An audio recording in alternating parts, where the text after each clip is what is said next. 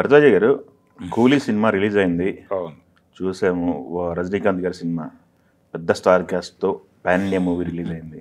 ఎలా అనిపించింది సినిమా చూసిన తర్వాత మీకు? అంటే ఏంటి అసలు బేస్? రొటీన్ ఫార్ములా స్టోరీనే. ఓకే. Routine formula story. ఒక పోర్ట్లో కూలీలు, అలాగే అక్కడ స్మగ్లర్ గ్యాంగు, మాఫియాకి దానికి ఉండేటువంటి లింక్స్, కస్టమ్స్, వీటి మధ్య ఉండేటువంటి సయోధ్యలు, ఘర్షణలు, వీటి మధ్య నలిగిపోయేటువంటి కూలీలు. ఓకే. ఇది నేపథ్యం తీసుకున్నాడు. దీంతో పాటు మనం ముందు నుంచి ఎక్స్పెక్ట్ చేసినట్టుగా ఈ కూలీల అక్రమ రవాణా కార్యక్రమం కూడా ఒక ఎలిమెంట్ ఉంది సినిమాలో. ఒక చిన్న ఎలిమెంట్ మాత్రమే.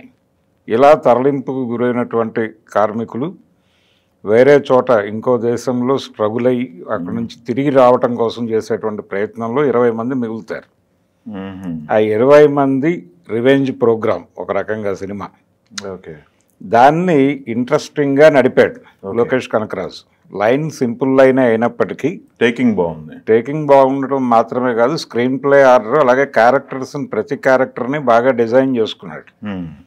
ఆ డిజైన్ చేసుకోవటం, డీటెయిల్స్ వర్కౌట్ చేయటంలో ఎక్కువ శ్రద్ధ పెట్టాడు. దాంతో ప్రతి పాత్ర అంటే క్లియర్గా ఉంది. దేన్ని లూజ్గా వదిలిపెట్టలేదు. ఓకే.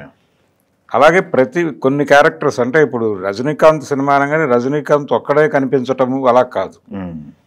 రజనీకాంత్తో పాటు నాగార్జున క్యారెక్టర్ డీటెయిల్స్ వర్కౌట్ చేశాడు. అలాగే నాగార్జున దగ్గర పనిచేసేటువంటి ఒక క్యారెక్టర్ ఉంటుంది. ఆ క్యారెక్టర్ని బాగా డిజైన్ చేశారు. డిజైన్ చేయటం మాత్రమే కాదు, అది రిజిస్టర్ అవుతుంది ఆడియన్స్కి.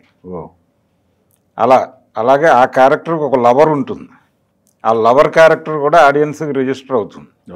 గుర్తుండిపోయేటువంటి పాత్రలుగా మార్చాడు. అంటే కేరళ నుంచి తీసుకొచ్చాడు అతను ఆర్టిస్ట్ని.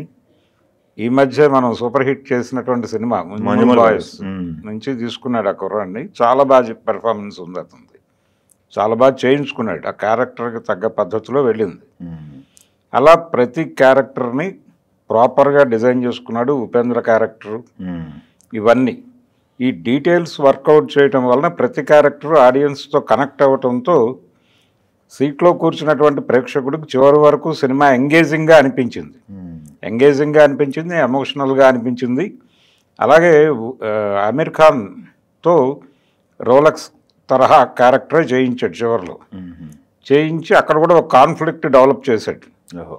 ఆ కాన్ఫ్లిక్ట్ డెవలప్ చేసి దీన్ని లీడ్ ఇస్తూ ముగించాడు. అంటే ఒక చిన్న కన్ఫ్యూజన్, దీనికి పార్ట్ 2 ఉండబోతుందా లేదా అన్నట్టుగా ఒక చిన్న కన్ఫ్యూజన్లో స్టోరీని ఎండ్ చేస్తాడు. టోటల్గా రజనీకాంత్ అంటే వింటేజ్ హీరోలని ఎలా ప్రొజెక్ట్ చేయాలనే దానిలో ఆయన కొంచెం మాస్టర్ చేశాడు. అది కనిపించింది. లోకేష్ కనకరాజు కష్టం సినిమా అంతా.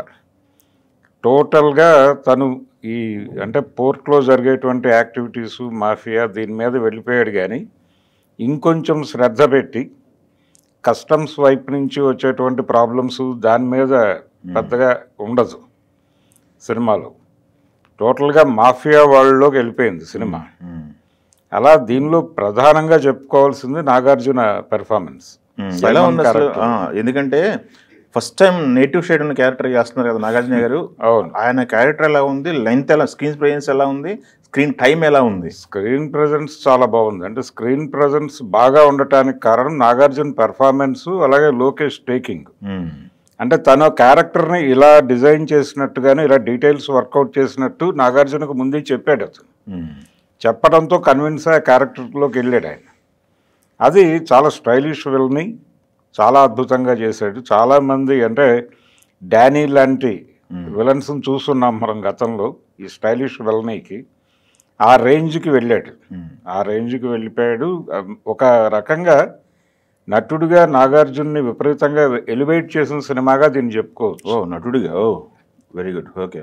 అంటే మనం కుబేరా నుంచి ఆయన టర్న్ కనిపించింది. అంటే రొటీన్ క్యారెక్టర్స్తో మనం ఆడియన్స్ని మెప్పించడం కుదరదు అనే విషయం ఆయనకు అర్థమైపోయి డిఫరెన్స్ చూపించాలి, డెఫినెట్గా డిఫరెంట్ రోల్స్తో వెళ్ళాలని అనుకున్నాడు. ఆ అనుకుని కుబేరా క్యారెక్టర్ చేశాడు ఆయన. తర్వాత నెక్స్ట్ ఇమ్మీడియట్గా ఈ క్యారెక్టర్ పడింది. ఇందులో కూడా చాలా అద్భుతంగా వెళ్ళింది క్యారెక్టర్. చాలా బాగా చేశాడు, చాలా బాగా చేశాడు. అలాగే పాటలు ఇవన్నీ సినిమాకి ఏం కావాలో అవి చేసుకుంటూ వెళ్ళారు. అనిరుద్ధ్ కంట్రిబ్యూషన్ చాలా ఉంది సినిమాకి. అలాగే ఎలివేషన్, మ్యూజిక్ ఇవన్నీ కూడా, అంటే రజనీకాంత్ సినిమా అంటేనే ఎలివేషన్స్ ఉంటాయి విపరీతంగా, అంతే కదా. ఇక్కడ ప్రతి క్యారెక్టర్కి ఎలివేషన్స్ పెట్టాడు. కానీ పర్టికులర్గా టచ్ అయ్యేటువంటి క్యారెక్టర్లు శృతి హాసన్ క్యారెక్టరు, సత్యరాజ్ క్యారెక్టరు, ఇవి అంటే ప్రతిదీ డీటెయిల్స్ వర్కౌట్ చేయటం అనేది కనిపించింది, ఆ డెప్త్ కనిపించింది క్యారెక్టర్లో. ఏ రేంజ్కి వెళ్తుందంటే విక్రమ్ ఎవరు అన్ఎక్స్పెక్టెడ్గా అదొక బిగ్ రేంజ్కి వెళ్ళిపోయింది సినిమా. అవును, అంటే కమల్ హాసన్ ఒక డౌన్ఫాల్లో ఉండగా వచ్చినటువంటి సినిమా అది. వచ్చి 500+ వెళ్ళిపోయింది కదా. అదే, అంటే ఆడియన్స్ అంచనాలు లేకుండా థియేటర్కి వెళ్ళినప్పుడు ఎగ్జైట్మెంట్ చాలా హై లెవెల్లో ఉంటుంది. ఆ హై లెవెల్ ఎగ్జైట్మెంట్ మనకు బాక్స్ ఆఫీస్ దగ్గర కనిపించింది అక్కడ. ఈ సినిమా మీద హై ఎక్స్పెక్టేషన్స్తో థియేటర్కి వెళ్ళారు, బాగా ఎక్స్పెక్ట్ చేసి వెళ్ళారు. అవును, విపరీతమైన ఎక్స్పెక్టేషన్స్తో లోపలికి వెళ్ళినటువంటి ప్రేక్షకుడికి ఆ ఎక్స్పెక్టేషన్స్ మ్యాచ్ అవటం కనిపించింది, అంతే. మ్యాచ్ అయింది తప్ప ఇప్పుడు విక్రమ్లో కనిపించినట్టుగా ఆ హై లెవెల్ ఆ సర్ప్రైజు, అంటే ఆడియన్స్ బయటకు వచ్చి ఓవర్ రియాక్షన్ అనేది ఇక్కడ కనిపించలేదు. కనిపించకపోవడానికి కారణం ఆల్రెడీ భారీ అంచనాలతో లోపలికి వెళ్ళాడు ప్రేక్షకుడు. ఆ వెళ్ళిన ప్రేక్షకుడిని తృప్తిపరచగలిగాడు. ఆ మేరకు నడిచిపోయింది సినిమా. పైగా ఒక ఐఫీస్ట్ ఇంతమంది ఉన్నారు, ఆమిర్ ఖాన్ కనిపిస్తాడు, అలాగే ఉపేంద్ర పెర్ఫార్మెన్స్ చాలా బాగుంది సినిమాలో. పర్టికులర్గా ఆ మున్సిపల్ బాయ్స్ నుంచి తీసుకున్నటువంటి కుర్రాడు, అతని పెర్ఫార్మెన్సు, అలాగే అతనికి పెయిర్గా నటించినటువంటి అమ్మాయి, ఆ అమ్మాయి చేసినటువంటి నటన, ఇవన్నీ చాలా బాగున్నాయి సినిమాలో. అలాగే నాగార్జున కొడుకు క్యారెక్టర్ చేసినటువంటి కుర్రాడు, ప్రతి క్యారెక్టర్లోనూ ఒక డెప్త్ కనిపించింది, అదే సక్సెస్.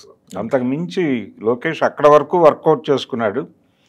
ఆ క్యారెక్టర్స్కి ఫిట్ అయ్యేటువంటి ఆర్టిస్టులను తీసుకుని వాళ్ళతో ఎంత చేయించుకోవాలో అంత చేయించుకున్నాడు. అందుకని సినిమా నిలబడింది.